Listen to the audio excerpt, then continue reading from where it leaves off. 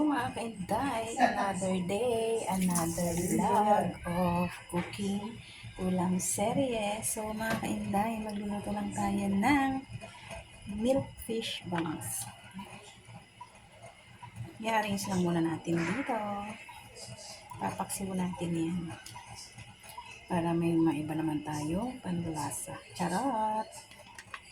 Ayan. So, pares ba tayo mga kainday kung paano magluto ng bangus. Siyempre, lalagyan ko yan ng chili. Diba? So, laki. Mura ang chili mga kainday, kaya yan, sobrang lalaki. So, mura naman siya. Then, lalagay natin ng sibuyas. And then, ang bawang at luya. And then, saka natin lalagyan ng vinegar. Then, lagyan natin ng seasoning. Ayan ako mga kainday, magpaksiw. Then, lagyan natin yan ng paminta. Ayan, paminta. And then, ng konting salt. Konti lang muna, baka mapalat naman. Ayan, so, ganyan ako mga kainday magpaksiw. Kayo ba? Ganyan din kayo magpaksiw mga kainday. So, isasalang na natin yan. Saka natin i-cover at huwag nating bubuksan hanggat hindi siya kumukulo. So, yan. Pakita ko sa inyo.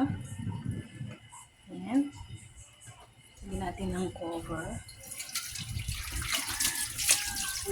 Cover natin. And then, saka natin siya. So, ayan mga kainday. Tingnan natin. Kumulo na siya. Luto na yung suka. Maamoy mo naman yan kung malalaman mo yung kung luto yung suka. Maamoy mo siya mga kainday. So, ayan. Tingnan. Ayan na. Nilagyan ko siya ng oil. Hindi ko na naipakita sa inyo mga kainday. So, ayan. Tikman na natin. Mga kainday kung masarap.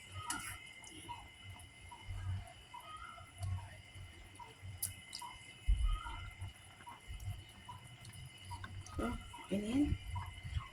So, ayan na po ang ating milkfish paksiw.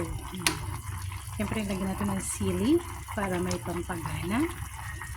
Ayan, kukulan pa rin natin yan. Yan ang ating masarap na pananghalian.